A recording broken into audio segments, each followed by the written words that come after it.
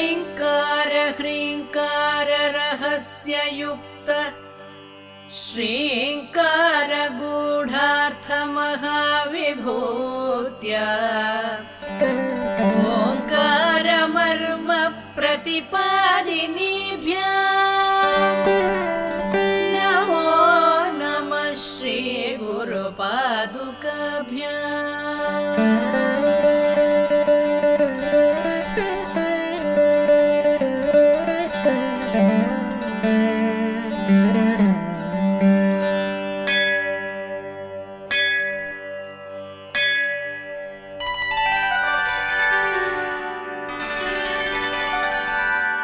कलाभ्यां चूडालङ्कृत शशिकलाभ्यां निजतपः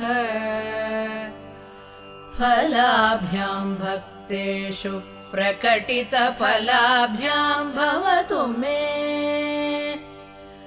शिवाभ्यामस्तो कर्तृभुवन शिवाभ्यां हृदि पुनः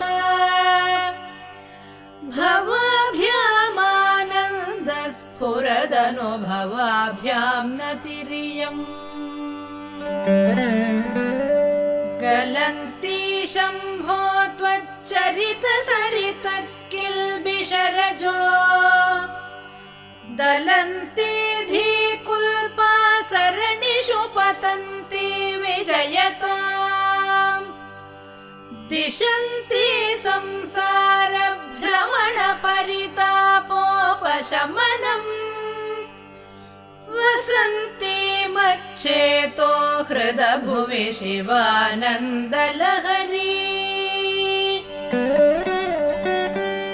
त्रयी वेद्यं हृद्यं त्रिपुरहरमाद्यं त्रिनयनम्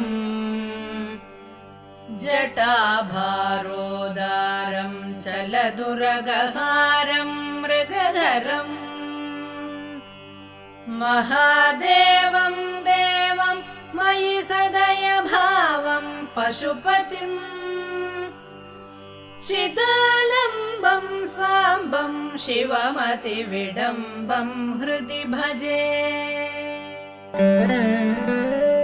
सहस्रं वर्तन्ते जगति विबुधा क्षुद्रफलदा न मन्ये स्वप्ने वा तदनुसरणं तत्कृतफलम् हरिब्रह्मादीनामपि निकटभाजामसुलभम् चिरं याचे शम्भो शिव तव पदाम्भोज भजनम् स्मृतौ शास्त्रे वैद्ये शकुनकविता गानफणितौ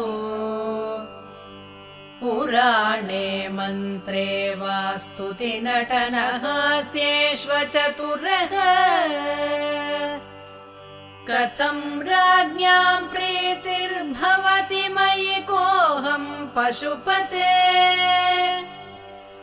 पशुं मां सर्वज्ञ प्रथित कृपया पालय विभो घटो वा मृत्पिण्डोऽप्यणुरपि च धूमोऽग्निरचलः पटो वा तन्तुर्वा परिहरति किं घोरशमनम् वृथा कण्ठक्षोभं वहसि तरसा तर्कवचसा पदाम्भोजं शम्भोर्भज परमसौख्यं व्रजसुधीः मनस्ते पादाब्जे निवसतु वचस्तोत्रफणितौ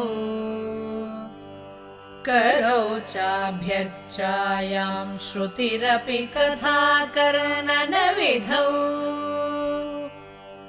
तव ध्याने बुद्धिर्नयनयुगलं मूर्तिविभवे परग्रन्थान् कैर्वा परमशिव जाने परमतः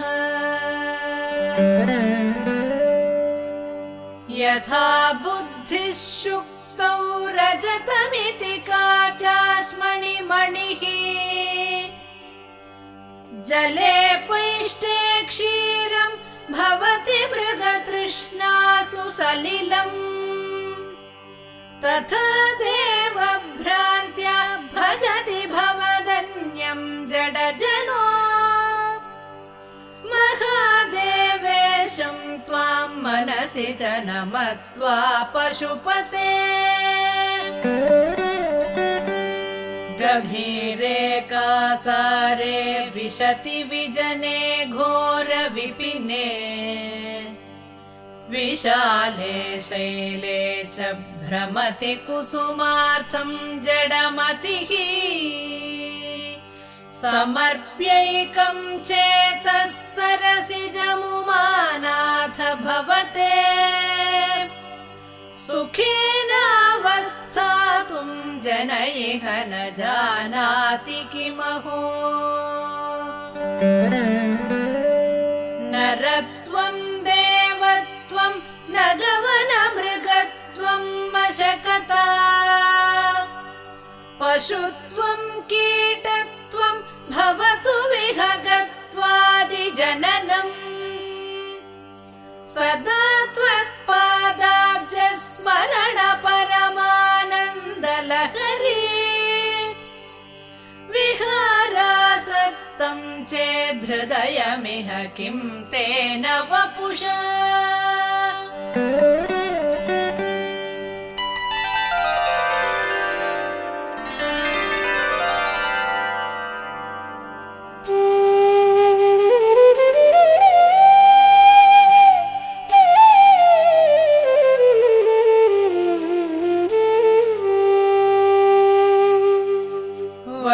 वटुर्वागेहि वायतिरपि जटी वा तदितरो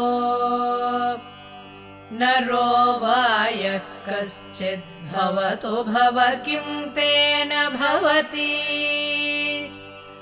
यदीयं हृत्पद्मं यदि भवदधीनं पशुपते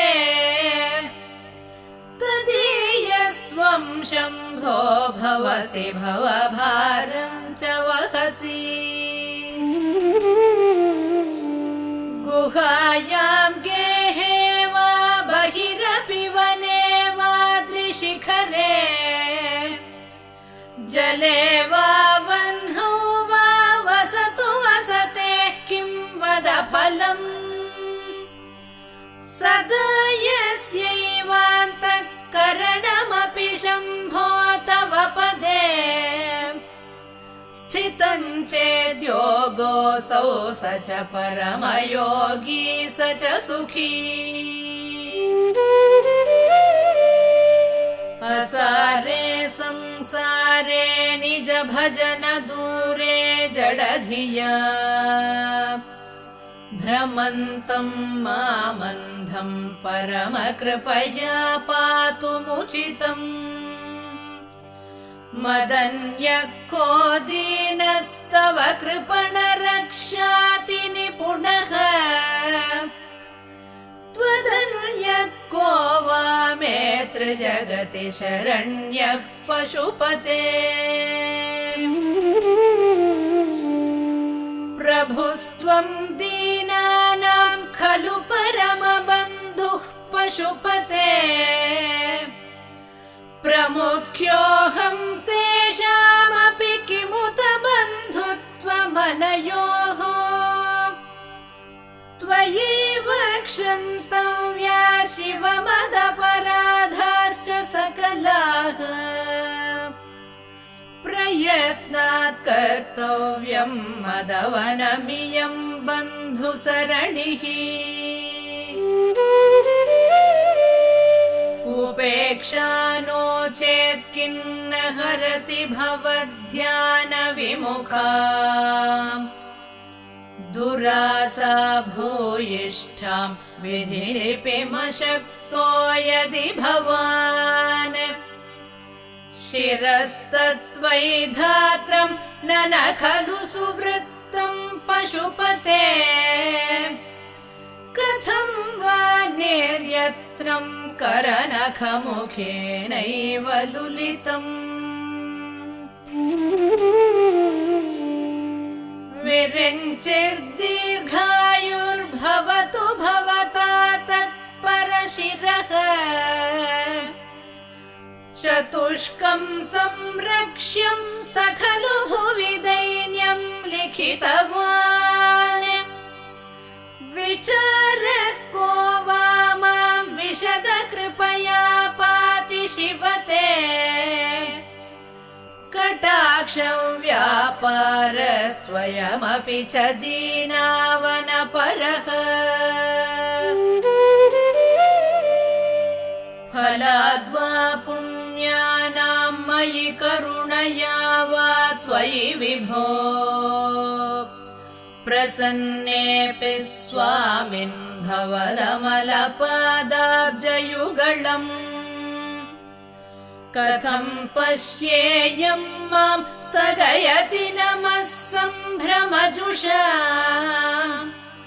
निलिम्पानां श्रेणिर्निज कनकमाणिक्यमकुटैः त्वमेको लोकानां परमफलदो दिव्यपदवी वहन्तस्त्वन्मूलं पुनरपि भजन्ते हरिमुखाः कियद्वा दाक्षिण्यं तव शिवमदाशा च कियती कदा वा मद्रक्षां वहसि करुणापूरितदृशा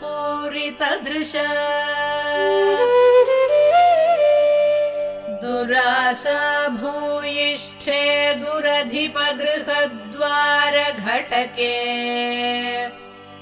दुरन्ते संसारे दुरितनिलये दुःखजनके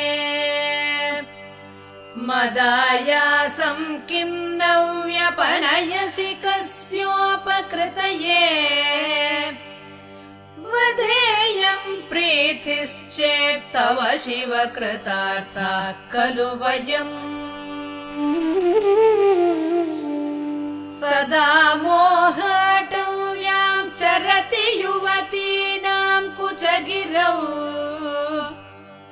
नटत्याशा शाखा स्वटति झटिति स्वैरमभितः कपालिन् भिक्षो मे हृदय कपिमत्यन्तचपलम् दृढं भक्त्या बद्ध्वा शिव भवदधीनं कुरु विभो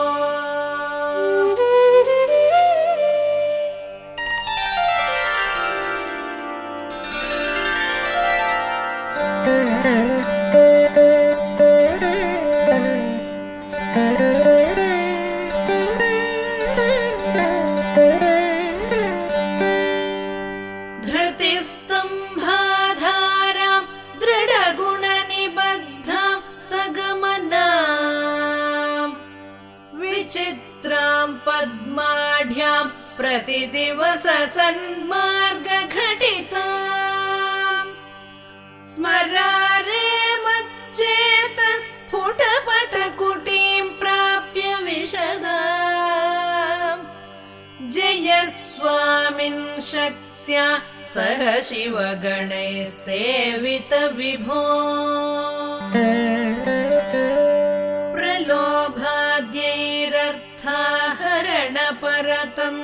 प्रलोभाद्यैरर्थाहरणपरतन्त्रोधनिगृहे प्रवेशोद्युक्तः सन् भ्रमति बहुधा तस्करपते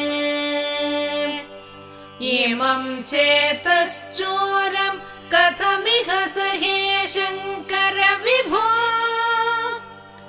तवाधीनं कृत्वा मयि निरपराधे कुरु कृपाम्।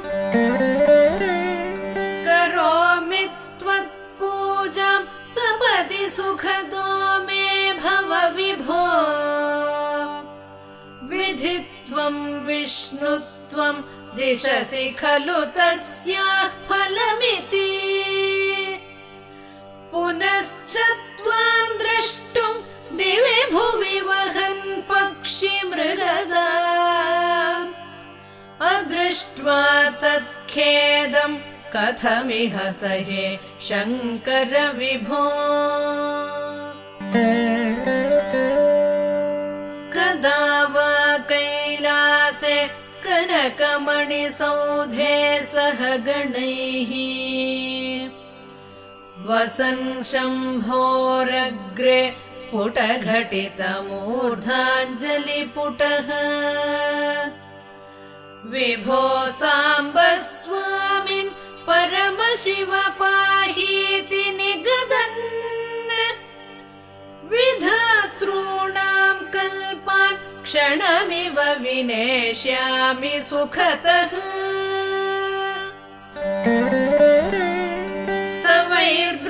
स्तवैर्ब्रह्मादीनां जय जय वचोभिर्नियमिनां गणानां केलिभिर्मदकलमहोक्षस्य ककुदी स्थितं नीलग्रीवं त्रिनयनमुमाश्लिष्टवपुषम् कदा त्वां पश्येयं करधृतमृगं खण्डपरशुम् कदा वा त्वां दृष्ट्वा गिरिश तव भव्याङ्घ्रियुगळम् गृहीत्वा हस्ताभ्यां शिरसि नयने वक्षसि वहन् समाश्लिष्याघ्राय स्फुटजलजगन्धान् परिमलान् अलभ्यां ब्रह्माद्यै मुदमनुभविष्यामि हृदये करस्थे हेमाद्रौ गिरिशनिकटस्थे धनपतौ गृहस्थे स्वर्भुजामर सुरभिचिन्तामणिगणे शिरस्थे शीतांशौ चरणयुगलस्थेऽखिलशुभे कमर्थं दास्येऽहं भवतो भवदर्थं मम मनः सारूप्यं तव पूजने शिव महादेवेति संकीर्तने सामीप्यं शिव भक्ति धुर्यजनता साङ्गत्य सम्भाषणे सालोक्यं च चराचरात्मकतनुध्याने भवानीपते सायुज्यं मम सिद्धमत्र भवति स्वामिन् कृतार्थोऽस्म्यहम्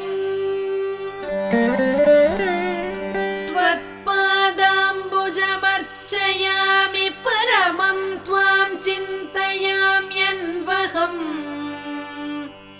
त्वामीशं शरणं व्रजामि वचसा त्वामेव याचे विभो वीक्षां मे दिश चाक्षुषीं सकरुणां दिव्यैश्चिरं प्रार्थिताम्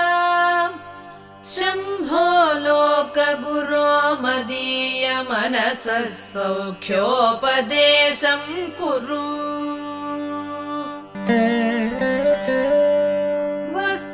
वस्त्रोद्धूतविधौ सहस्रकरता पुष्पार्चने विष्णुता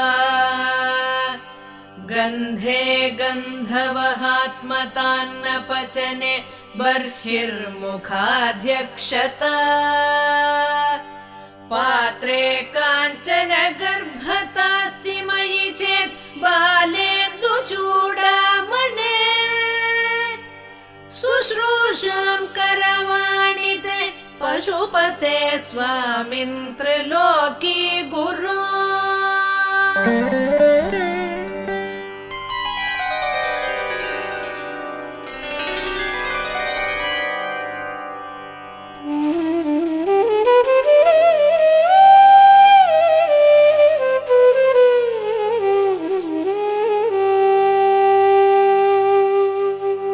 नालं वा परमोपकारकमिदं त्वेकं पशूनां पते।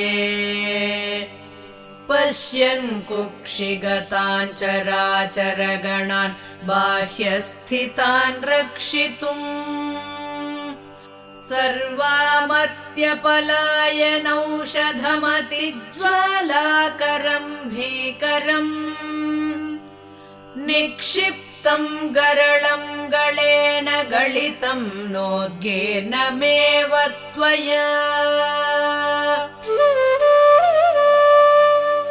ज्वालोग्रः सकलामरातिभयदक्ष्वेलः कथं वा त्वया। दृष्टः किञ्च करे धृतः करतले किं पक्वजम्बूफलम्। जिह्वायां निहितश्च सिद्धघुटिका वा कण्ठदेशे भृतः। किं ते नीलमणिर्विभूषणमयं शम्भो महात्मन् वद। नालं वा सकृदेव देव भवतः सेवानतिर्वानुतिः। पूजा वा स्मरणं कथाश्रवणमप्यालोकनं मादृशाम्। स्वामिन्न स्थिरदेवतानुसरणायासेन किं लभ्यते। का वा मुक्तिरितः कुतो भवति चेत् किं प्रार्थनीयं तदा।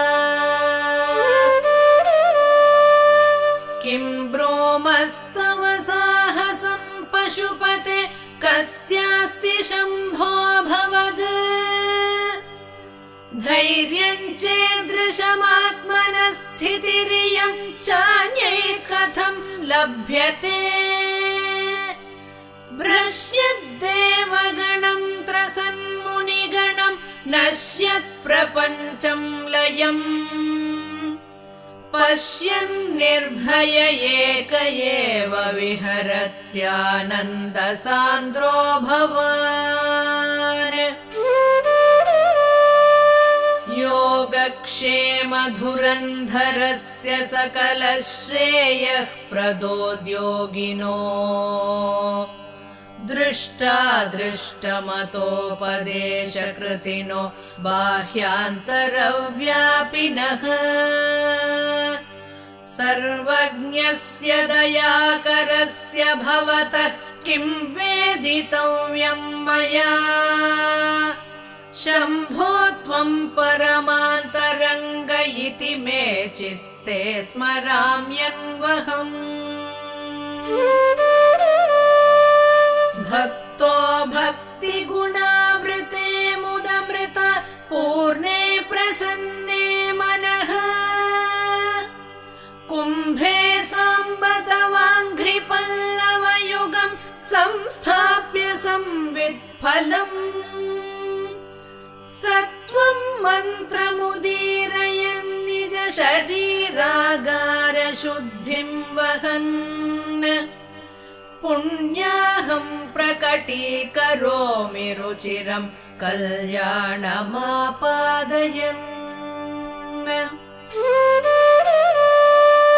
आम्नायां बुद्धिमादरेण सुमनः सङ्घासमुद्यन्मनो।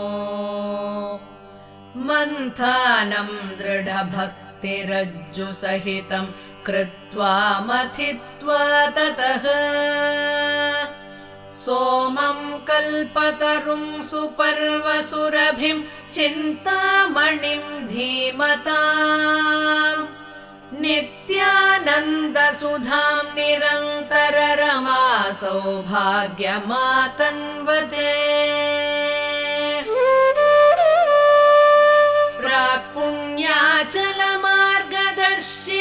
प्राक्पुण्याचलमार्गदर्शितसुधामूर्तिः प्रसन्नः शिवः सोमः सद्गुणसेवितो मृगधरः पूर्णस्तमो मोचकः चेतः पुष्करलक्षितो भवति चेदानन्दपाथो निधिः प्रागल्भ्येन विजृम्भते सुमनसां वृत्तिस्तदा जायते धर्मो मे चतुरङ्घ्रिकः सुचरितः पापं विनाशं गतम् कामक्रोधमदादयो विगलिताः कालाः सुखाविष्कृताः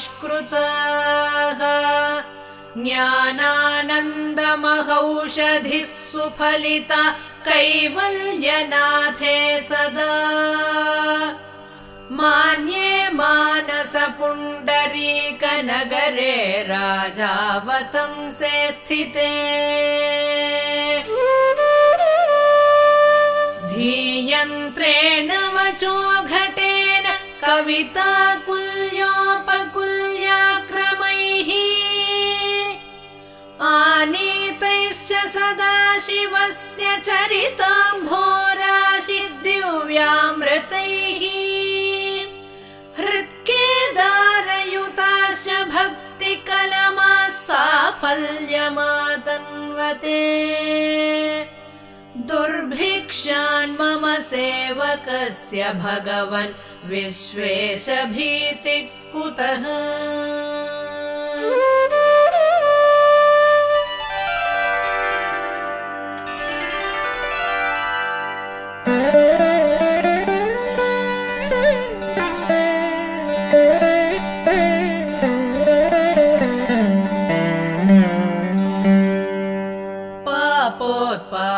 विमोचनाय रुचिरैश्वर्याय मृत्युञ्जय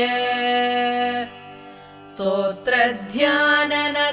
प्रदक्षिण सपर्यालोकनाकर्णने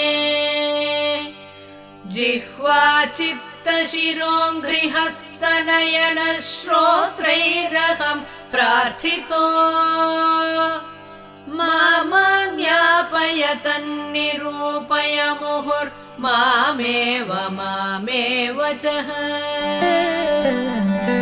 गाम्भीर्यं परिखापदं घनधृतिः प्राकारमुद्यद्गुणः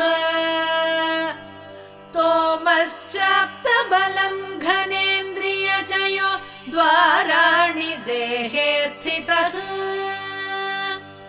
विद्यावस्तु समृद्धिरित्यखिल सामग्री समेते सदा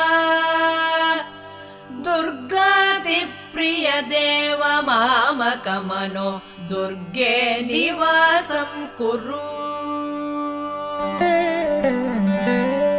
मा गच्छत्वमितस्ततो गिरिशभो मप्येव वासं कुरु स्वामिन्नादिकिरातमामकमनः कान्तारसीमान्तरे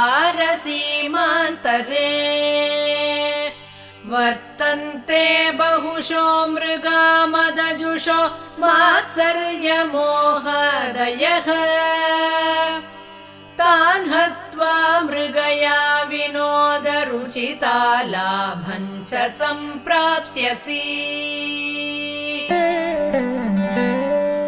करलग्नमृगकरीन्द्रभङ्गो घनशार्दूलविखण्डनोऽस्तजन्तुः गिरिशो विशदाकृतिश्च चेतः कुहरे पञ्चमुखोऽस्ति मे कुतोभिः छन्दःशाखिशिखान्वितैर्द्विजवरैः संसेविते शाश्वते सौख्यापादिनि खेदभेदिनि सुधासारैः फलैर्दीपिते चेतः पक्षिशिखामणे त्यज वृथा सञ्चारमन्यैरलम् नित्यं शङ्करपादपद्मयुगळी नीडे विहारं कुरु आकीर्णे नखराजिकान्तिविभवैरुद्यत्सुधा वैभवैः आधौ तेऽपि च पद्मरागललिते हंसव्रजैराश्रिते नित्यं भक्तिवधूगणैश्च रहसि स्वेच्छाविहारं कुरु स्थित्वा मानसराजहंसगिरिजानाथाङ्घ्रिसौधान्तरे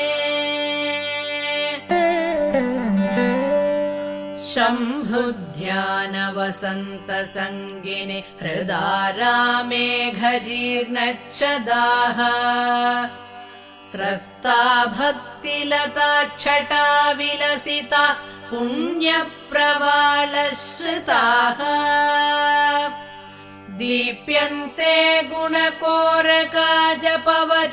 पुष्पाणि सद्वासना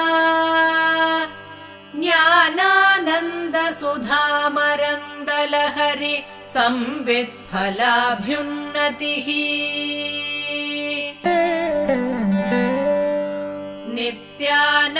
नित्यानन्दरसालयं सुरमुनिस्वान्ताम्बुजाताश्रयम् स्वच्छं सद्विजसेवितं कलुषहृत् सद्वासनाविष्कृतम् शम्भुध्यानसरोवरं व्रजमनो हंसावतं सस्थिरम्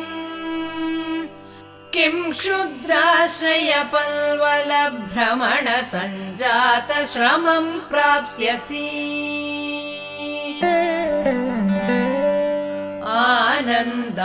आनन्दामृतपूरितां हरपदाम्भोजालवालोद्यता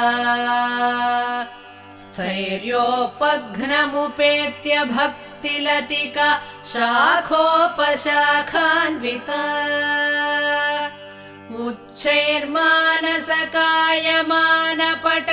उच्चैर्मानसकायमानपटलीमाक्रम्य निष्कल्मषा नित्याभीष्टफलप्रदा भवतु मे सत्कर्म संवर्धिता सन्ध्यारम्भ विजृम्भितं श्रुतिशिरस्थानान्तराधिष्ठितम् सप्रेम भ्रमराभिराममसकृत् सद्वासनाशोभितम्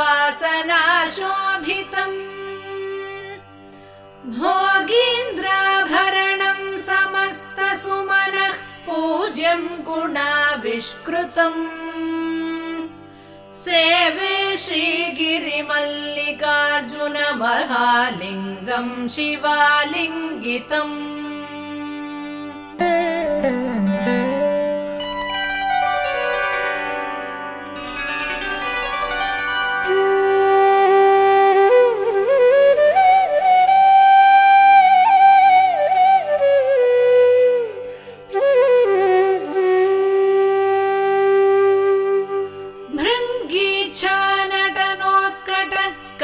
करिमदग्राही स्फुरन्माधवा ह्लादो नादयुतो महासितवपुः पञ्चेषुणा चादृतः सत्पक्षः सुमनो वनेषु स पुनः साक्षान्मदीये मनो राजीवे भ्रमराधिपो विहरतां श्रीशैलवासी विभुः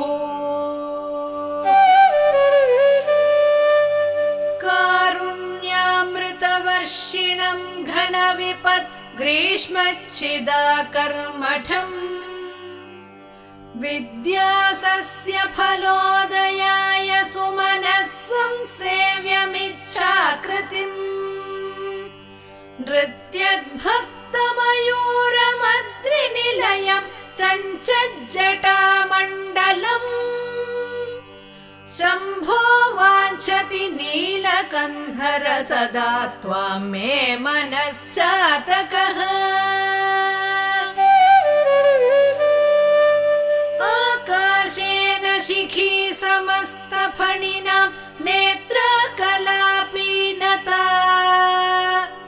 अनुग्राहि प्रणवोपदेशनिनदैः केकीर्तियो गीयते श्यामां शैलसमुद्भवां घनरुचिं दृष्ट्वा नटन्तं मुदा वेदान्तोपवने विहाररसिकं तं नीलकण्ठं भजे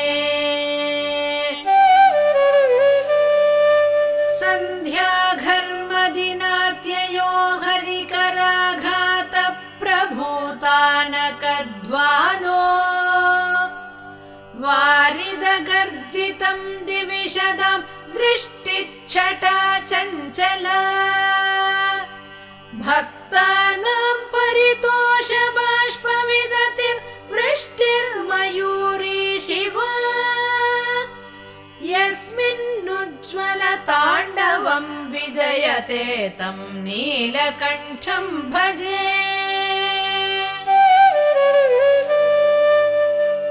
आध्यायामि तेजसे श्रुतिपदे वेद्याय साध्यायते विद्यानन्दमयात्मने त्रिजगतः संरक्षणोद्योगिने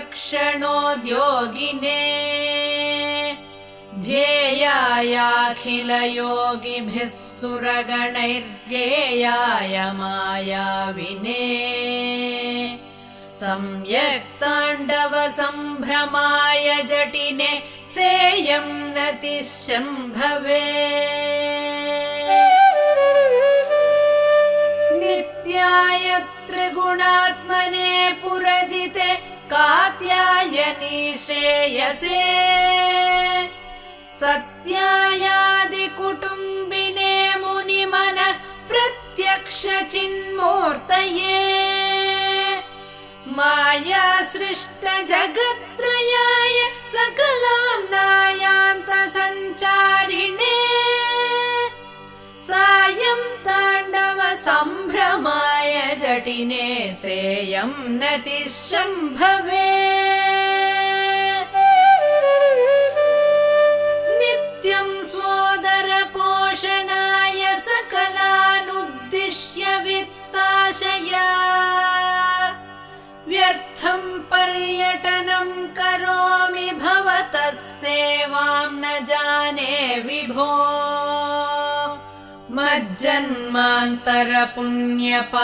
मज्जन्मान्तरपुण्यपाकबलतस्त्वं सर्वसर्वान्तरः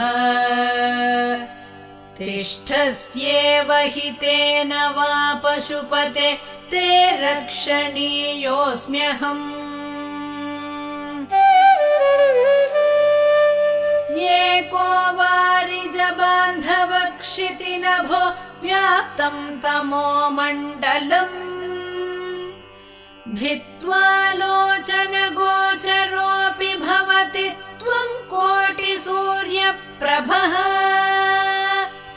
वेद्यः किन्न भवस्य हो घनतरं कीदृं भवेन्मत्तमः तत्सर्वं व्यपनीय मे पशुपते साक्षात् प्रसन्नो भव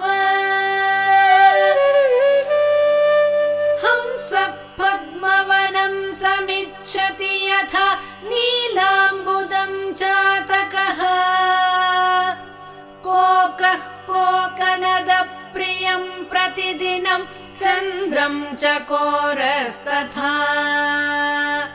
चेतो वाञ्छति मामकं पशुपते चिन्मार्गमृग्यं विभो गौरीनाथ भवत्पदाब्जयुगलं कैवल्यसौख्यप्रदम्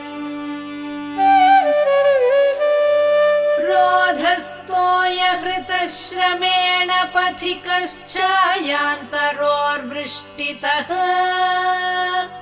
भीतस्वस्थगृहं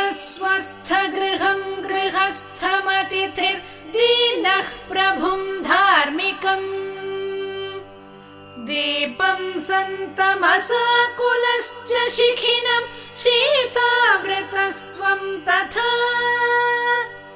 चेतः सर्वभयापहं व्रजसुखं शम्भोः पदाम्भोरुहम्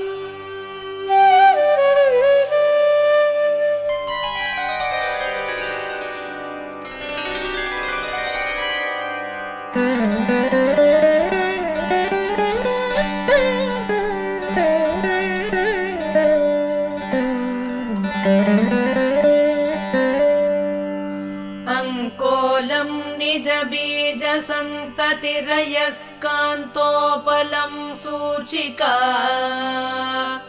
साध्वीनैजविभुं लताक्षितिरुहं सिन्धुः सरिद्वल्लभम् प्राप्नोतीह यथा तथा पशुपतेः पादारविन्दद्वयम् चेतो वृत्तिरुपेत्यतिष्ठति सदा सा भक्तिरित्युच्यते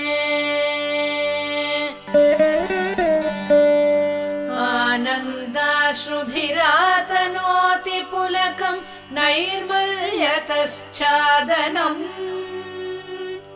वाचा शङ्खमुखे स्थितैश्च जठरापूर्तिं चरित्रामृतैः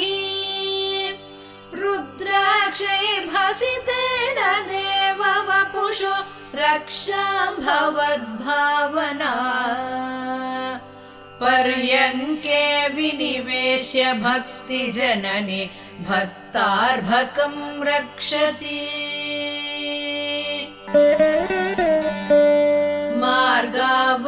मार्गावर्तितपादुका पशुपतेरङ्गस्य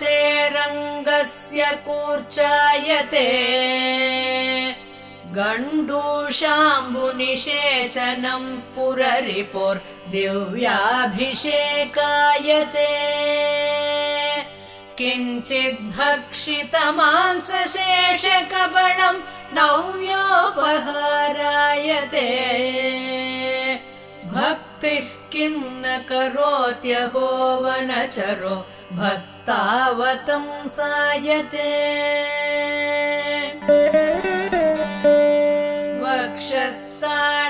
वक्षस्ताडनमन्त्रकस्य कठिनापस्मारसम्मर्दनम् भूभृत्पर्यटनं नमत्सुरशिरः कोटीरसङ्घर्षणम् कर्मेदं मृदुलस्य तावकपदद्वन्द्वस्य गौरीपते मच्चेतो मणिपादुका विहरणं शम्भो सदाङ्गीकुरु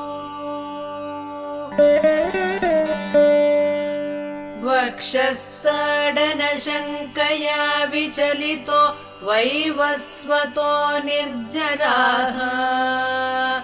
कोटीरोज्ज्वलरत्नदीपकलिका नीराजनं कुर्वते दृष्ट्वा मुक्तिवधूस्तनोति निभृताश्लेषं भवानीपते यच्चेतस्तव पादपद्मभजनं तस्येह किं दुर्लभम् क्रीडार्थं सृजसि प्रपञ्चमखिलं क्रीडामृगास्ते जनाः यत्कर्माचरितं मया च भवतः प्रीत्यै भवत्येव तत् शम्भो स्वस्य कुतूहलस्य करणं मच्चेष्टितं निश्चितम् तस्मान्मामकरक्षणं पशुपते कर्तव्यमेव त्वया बहुविध परितोष बाष्पपूर स्फुटपुलकाङ्कितचारुभोगभूमिम् चिरपदफलकाङ्क्षि सेव्यमानां परमसदाशिवभावनां प्रपद्ये। अमितमुदमृतं मुहुर्दुहन्तीं विमलभवत्पदघोषमावसन्तीं सदय पशुपते सुपुण्यपाकां मम परिपालय भक्तिधेनुमेकाम्।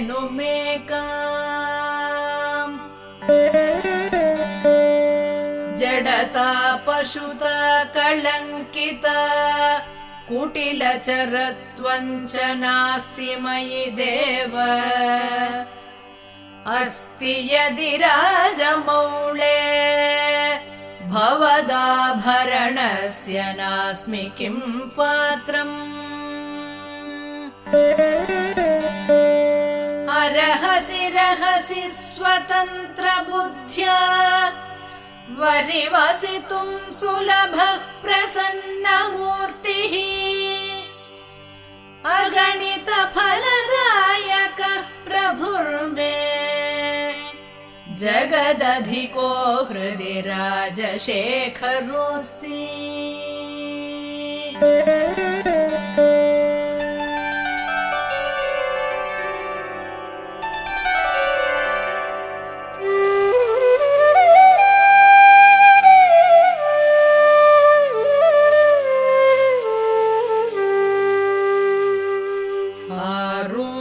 भक्तिगुणकुञ्चितभावचापयुक्तैः शिवस्मरणबाणगणैरमोघैः निर्जित्य किल्बिषरिपुन् विजयी सुधीन्द्रः सानन्दमावहति सुस्थिरराजलक्ष्मीम्।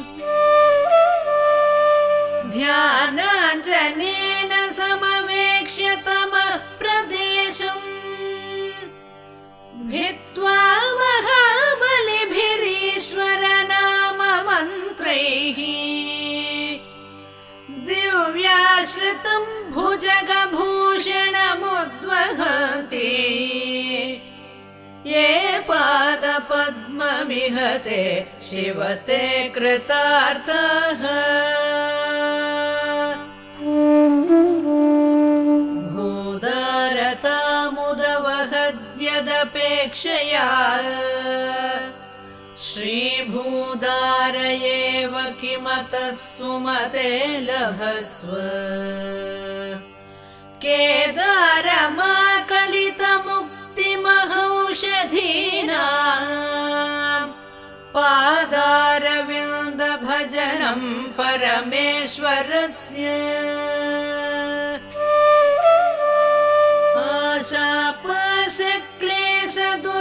आशापाशक्लेशदुर्वासनादि भेदोद्युक्तैर्दिव्यगन्धैरमन्दैः आशाशाटीकस्य पादारविन्दम् चेतः पेटीं वासितां मे तनोतु। कल्याणिनं सरसचित्रगतिं सवेगम् सर्वेङ्गितज्ञमनघं ध्रुवलक्षणाढ्यम् चेतस्तुरङ्गमधिरुह्य चरस्मरारे नेतः समस्तजगतां वृषभाधिरूढ। भक्तिर्महेशपदपुष्करमावसन्ती कादम्बिनीव कुरुते परितोषवर्षम् सम्पूरितो भवति यस्य मनस्तटाकः तज जन्म सस्यमखिलं सफलं च नान्यत् बुद्धिस्थिरा भवितुमीश्वरपादपद्मसक्ता वधूर्विरहिणीव सदा स्मरन्ति सद्भावना स्मरण दर्शन कीर्तनादि सम्मोहितैव शिवमन्त्र जपेन विन्ते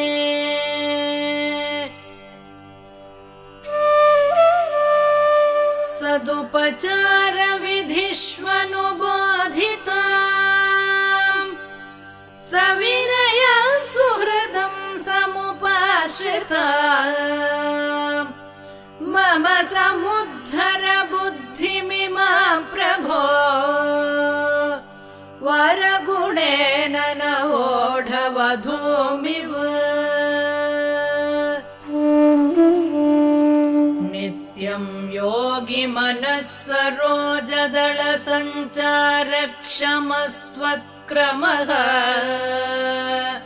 शम्भो तेन कथं कठोरयमराड्वक्षकवाटक्षतिः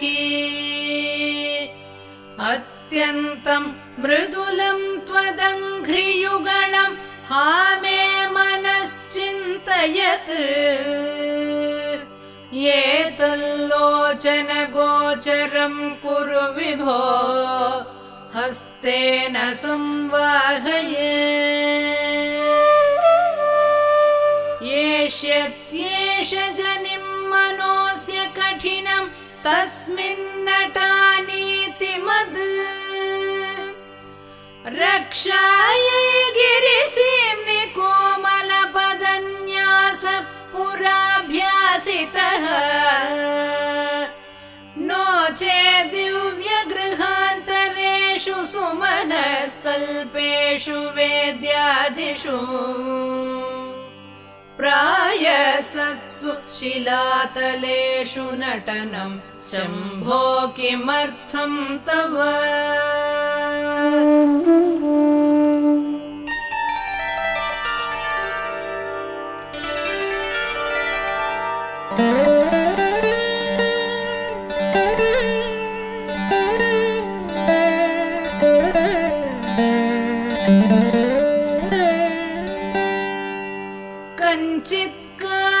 कञ्चित्कालमुमामहेश भवतः पादारविन्दार्चनैः कञ्चिद्ध्यानसमाधिभिश्च नतिभिः कञ्चित् कथाकर्णनैः कञ्चिदवेक्षणैश्च नुतिभिः कञ्चिद्दशामीदृशीम् यः प्राप्नोति मुदा त्वदर्पितमना जीवन् स मुक्तः खलु बाणत्वं वृषभत्वमर्धवपुष भार्या त्वमार्यापते घोणित्वं सखित मृदङ्गवहत चेत्यादिरूपं दधौ त्वत्पादे नयनार्पणं च कृतवान् त्वद्देहभागो हरिः पूज्यात् पूज्यतरः स एव हि न चेत् को वा तदन्योऽधिकः जनन मृत्युयुतानां सेवया देवतानां न भवति सुखलेशः संशयो नास्ति तत्र अजनिममृतरूपं साम्बमीशं भजन्ते य इह परमसौख्यं ते हि धन्या लभन्ते शिव तव परिचर्या सन्निधानाय गौर्या भव मम गुणधुर्यां बुद्धिकन्यां प्रदास्ये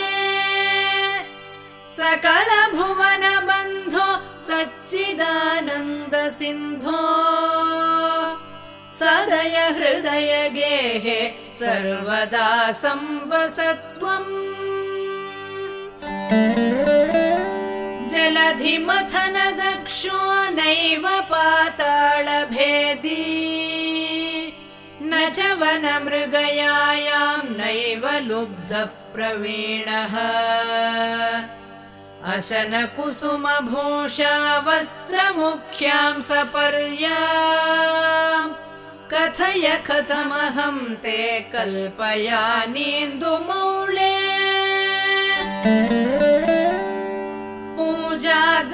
पूजाद्रव्यसमृद्धयो विरचिताः पूजां कथं कुर्महे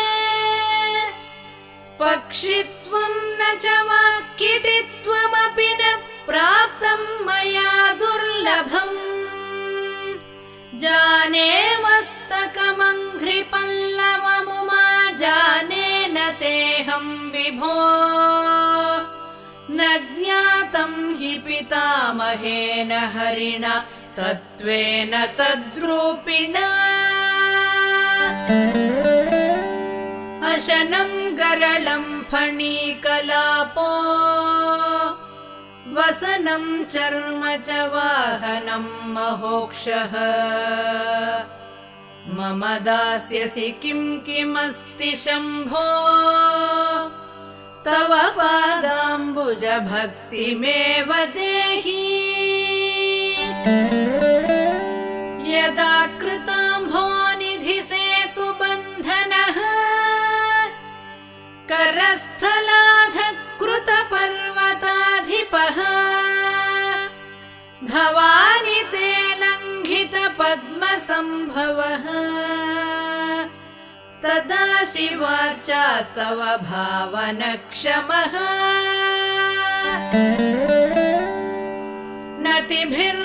नतिभिर्नुतिभिस्त्वमीश पूजा विधिभिर्ध्यानसमाधिभिर्न तुष्टः धनुषा मुसलेन चाश्मभिर्वा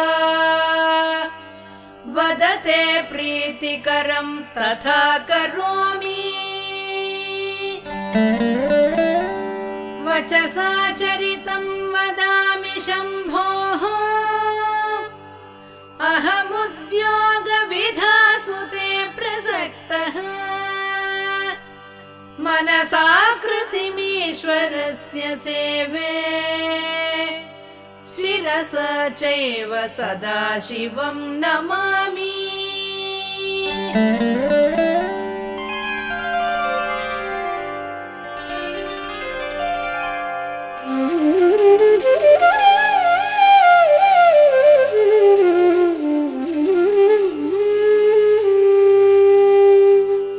आद्या विद्या हृद्गता निर्गतासीत् विद्या हृद्या हृद्गता त्वत्प्रसादात् सेवे नित्यं श्रीकरं त्वत्पदाब्जम् भावे मुक्तेर्भाजनं राजमौळे दूरीकृतानि दुरितानि दुरक्षराणि दौर्भाग्य दुःख दुरहङ्कृति दुर्वचांसि सारं त्वदीय चरितं नितरां पिबन्तम् गौरीश मामिह समुद्धर सत्कटाक्षैः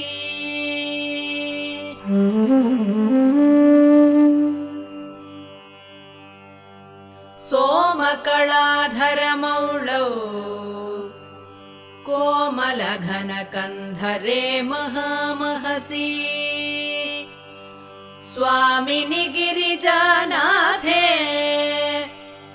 मामकहृदयं निरन्तरं रमताम् सारसनाते नयने तावेव करौ स एव कृतकृत्यः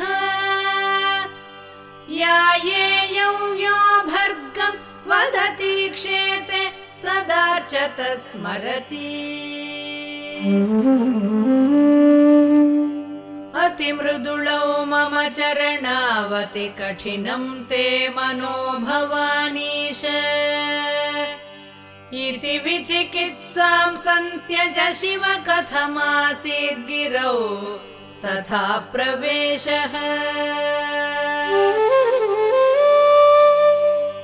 धैर्याङ्कुशेन निभृतं रभसादाकृष्य भक्तिशृङ्खलया पुरहर चरणालाने हृदयमदेभं बधान चिद्यन्त्रैः प्रचरत्यभितः प्रगल्भवृत्त्या मदवानेश मनः करीगरीयान् परिगृह्य नयेन भक्तिरज्वा परमस्थाणुपदं दृढं नयामुम्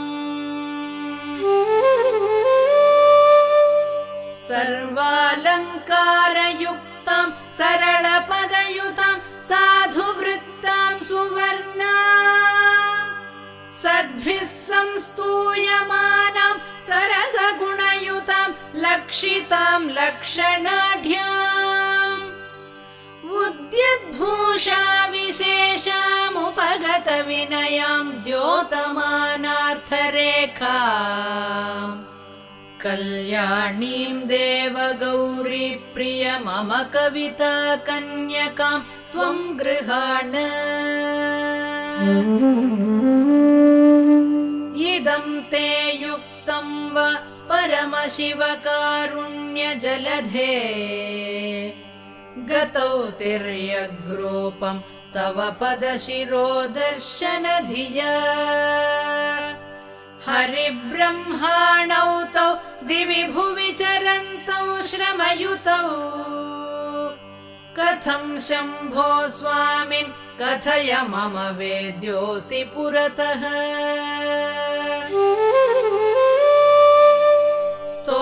स्तोत्रेणालमहं प्रवच्मि न मृषा देवा विरिञ्चादयः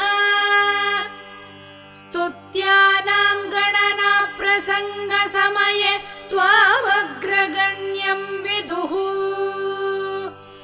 माहात्म्याग्रविचारण प्रकरणे धानातुषस्तोमवत् धूतास्त्वां विदुरुत्तमोत्तमफलं शम्भो भवत्सेवकाः।